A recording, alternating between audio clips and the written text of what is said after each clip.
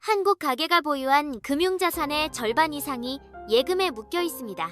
그런데 같은 시기 한국 가계의 빚은 사상 처음으로 993조 원을 넘어섰습니다. 통계청 데이터는 더 정확한 진실을 보여줍니다. 작년 한 해 40대 자산은 7.7% 늘었는데 39세 이하는 0.3% 줄었습니다. 같은 1년 정반대로 움직였습니다.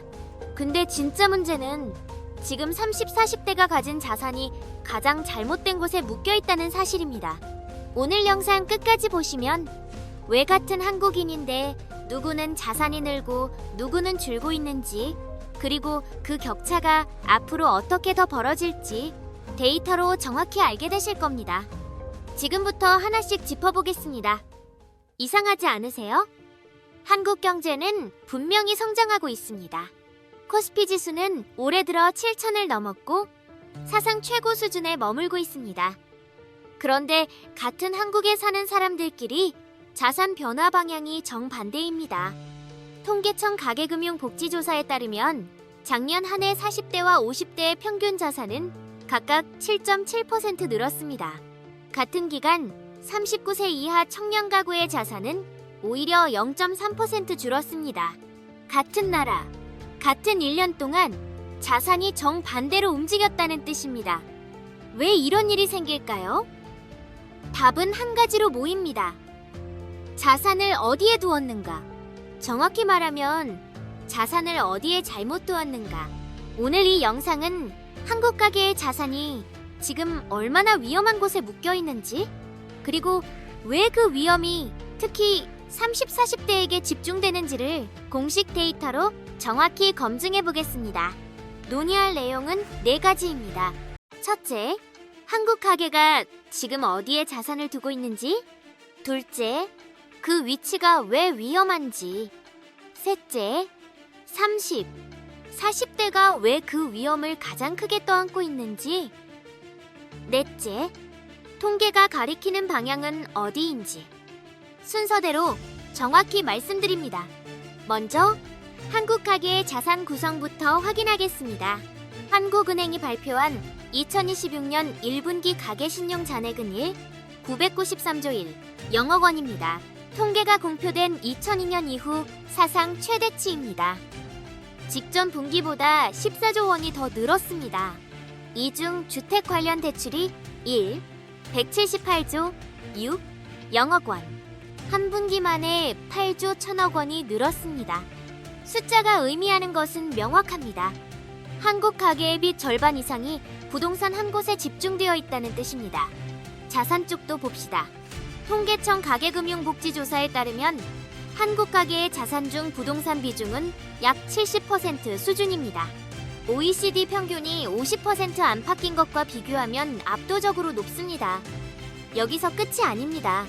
나머지 30% 중에서도 절반 이상은 예금에 묶여 있습니다. 정리하면 한국 가계는 자산의 약 70%를, 부동산의 나머지의 절반 이상을 예금에 두고 있습니다. 빚의 절반 이상도 부동산에 묶여 있습니다. 이걸 한 줄로 말하면 이렇습니다. 한국 가계의 자산과 부채가 부동산과 원화 예금이라는 단 두 자산에 동시에 집중되어 있다는 뜻입니다. 객관적으로 확인되는 사실입니다. 의견이 아닙니다. 그럼 이 구조가 왜 위험한지 봅시다. 자산 배분의 기본 원칙은 분산입니다. 한 자산이 흔들릴 때 다른 자산이 받쳐주는 구조여야 충격을 견딥니다.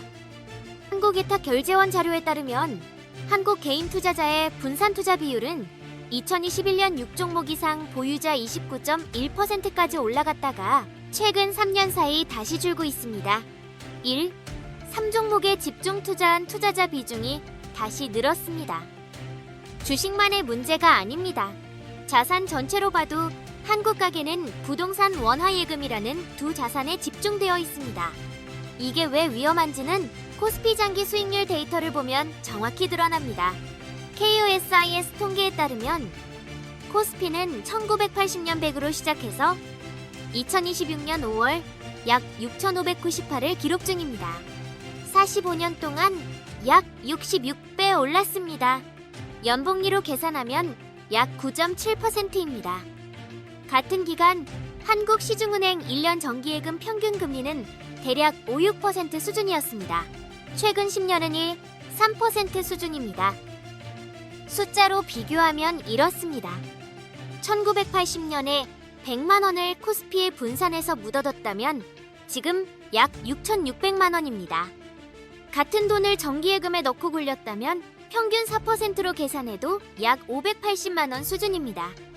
차이가 약 11배입니다. 여기서 끝이 아닙니다. 같은 기간 종이화폐의 구매력은 인플레이션으로 계속 떨어졌습니다.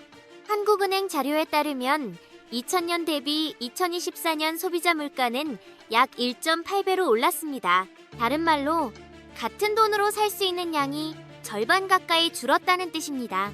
이 두 가지를 합치면 결과는 명확합니다. 자산을 원화예금에 묻어둔다는 것은 표면적으로는 안전해 보이지만 실질 구매력 기준으로는 매년 조금씩 가난해지는 선택이라는 뜻입니다. 부동산은 다를까요? 다음 챕터에서 봅니다. 이제 30, 40대 데이터를 봅니다. 한국은행 금융안정보고서 2026년 3월 발표에 따르면 자산을 모두 팔아도 빚을 갚을 수 없는 고위험 가구가 45만 9천 가구로 집계됐습니다. 1년 전 38만 6천 가구에서 19% 급증했습니다. 이 고위험 가구 중 30대 청년층 비중이 34.9%입니다. 2020년 22.6%였던 비중이 5년 만에 12.3%포인트 늘었습니다. 다시 말씀드립니다. 자산을 모두 팔아도 빚을 못 갚는 가구의 3분의 1이 청년층입니다. 그리고 그 비중이 5년 만에 12%포인트 늘었습니다. 왜 이런 일이 생겼을까요? 통계청 자료가 답을 줍니다. 39세 이하 가구의 자산 대비 부채 비율 DTA는 30.3%로 전 연령대 1위입니다. 저축 대비 금융 부채 비율은 131.1%입니다. 지금 당장 모든 예적금을 깨도 빚을 다 갚지 못한다는 뜻입니다. 이 빚은 어디로 갔을까요? 한국은행 자료에 따르면 가계부채 증가의 핵심 축은 주택 관련 대출입니다. 다른 말로 30, 40대의 빚 대부분이 부동산 한 자산에 묶여 있다는 뜻입니다. 여기서 끝이 아닙니다. 서울경제 보도에 따르면 주담대 금리 상단이 연 7%대를 다시 뚫었습니다. 한국은행 기준금리는 2.5%에서 7회 연속 동결 중이지만 시장금리는 미국 국채금리 급등과 중동 리스크로 다시 오르고 있습니다. 지난해 말 기준 한국의 GDP 대비 가계부채 비율은 약 89%입니다. 주요국 중 최상위권입니다. 상황을 정리하면 이렇습니다. 첫째, 30, 40대 자산의 대부분이 부동산 한 자산에 묶여 있다. 둘째, 그 부동산은 대부분 빚으로 산 것이다. 셋째, 그 빚의 이자는 다시 오르고 있다. 넷째, 자산을 다 팔아도 빚을 못 갚는 청년 가구가 5년 만에 12%포인트 늘었다. 이게 한 자산에 모든 것을 베팅했을 때 일어나는 일입니다. 부동산이 오르면 살고 부동산이 옆으로만 가도 이자 때문에 죽습니다. 이건 의견이 아니라 한국은행과 통계청이 공식적으로 확인한 사실입니다. 자산을 부동산과 원화 예금에 묶어두는 동안 다른 자산은 어떻게 움직였을까요? 먼저 금입니다.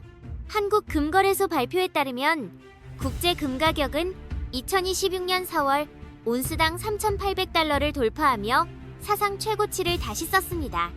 2025년 한 해 동안 약 27% 올랐습니다. 골드만삭스와 도이체방크는 2026년 중반 온스당 4,000달러를 돌파할 것으로 전망합니다. 다음은 해외 주식입니다. 한국개탁결제원 자료에 따르면 한국 개인의 해외 주식 보관액은 2019년 86억 달러에서 2024년 6월 1250억 달러로 늘었습니다.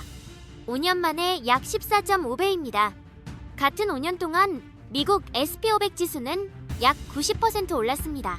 한국 가계자산의 70%가 묶여있는 부동산은 같은 기간 지역과 시기에 따라 큰 변동을 보였지만 평균적으로 이 정도 성과를 따라가지 못했습니다. 숫자가 말하는 진실은 이렇습니다. 같은 5년 동안 어디에 자산을 두었는가에 따라 결과가 몇 배 차이로 갈렸습니다. 한 자산에 모든 것을 베팅한다는 것은 그 자산이 오르지 않으면 다른 모든 기회를 포기한다는 뜻입니다.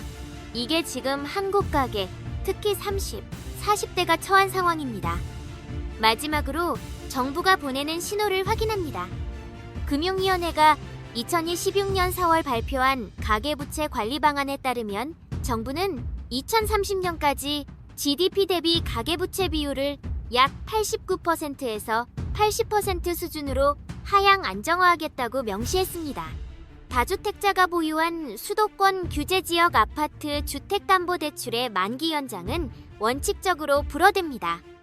2026년 가계대출 총량 관리 목표는 1.5%로 작년 1.7%보다 한층 강화됐습니다.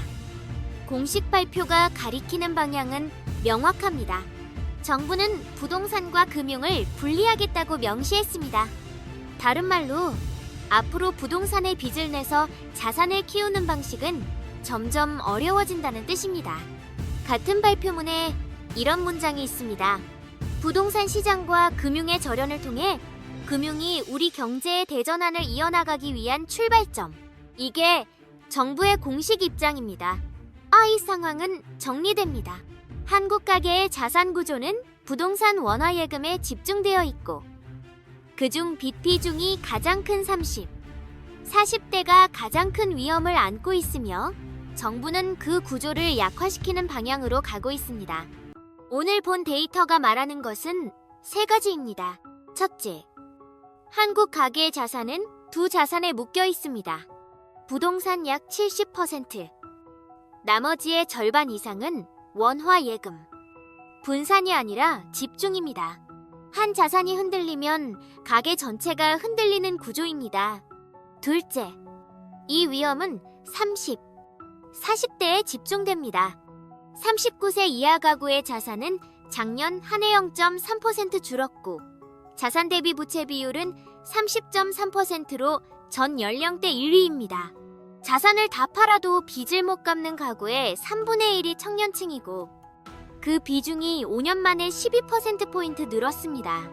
셋째, 정부가 방향을 바꿨습니다. 2030년까지 GDP 대비 가계부채 비율을 89%에서 80%로 낮추겠다는 공식 발표가 나왔습니다. 부동산과 금융을 분리하겠다는 뜻입니다. 빚으로 부동산을 키우는 방식은 앞으로 점점 어려워집니다. 여기서 시청자분들이 가져갈 수 있는 시사점은 분명합니다. 자산을 한 곳에 묶어두는 것이 더 이상 안전이 아닌 시대로 가고 있다는 신호입니다. 같은 한국에 살아도 자산을 어디에 두었는가에 따라 1년 만에 자산 방향이 정반대로 갈리는 시대입니다. 지금 본인의 자산이 어떤 비율로 구성되어 있는지, 그중 빚으로 산 자산이 얼마인지 한번 확인해 보시는 것을 권합니다. 정확한 진단이 있어야 정확한 판단이 가능합니다. 오늘 본 데이터가 말하는 것은 분명합니다. 한국 가계의 자산이 가장 잘못된 곳에 묶여 있고 30, 40대가 가장 큰 위험을 떠안고 있습니다. 다음 영상에서는 이 자산 구조가 정부 정책과 시장 흐름 속에서 30, 40대에게 어떻게 작용하는지 한국은행과 통계청 데이터로 더 깊이 들여다보겠습니다. 복잡한 경제, 데이터로 함께 읽어드리겠습니다. 오늘 영상이 도움이 됐다면 구독과 좋아요 부탁드립니다. 다뤄줬으면 하는 주제는 댓글로 알려주세요. 데이터로 미래를 읽다 나눔경제학이었습니다.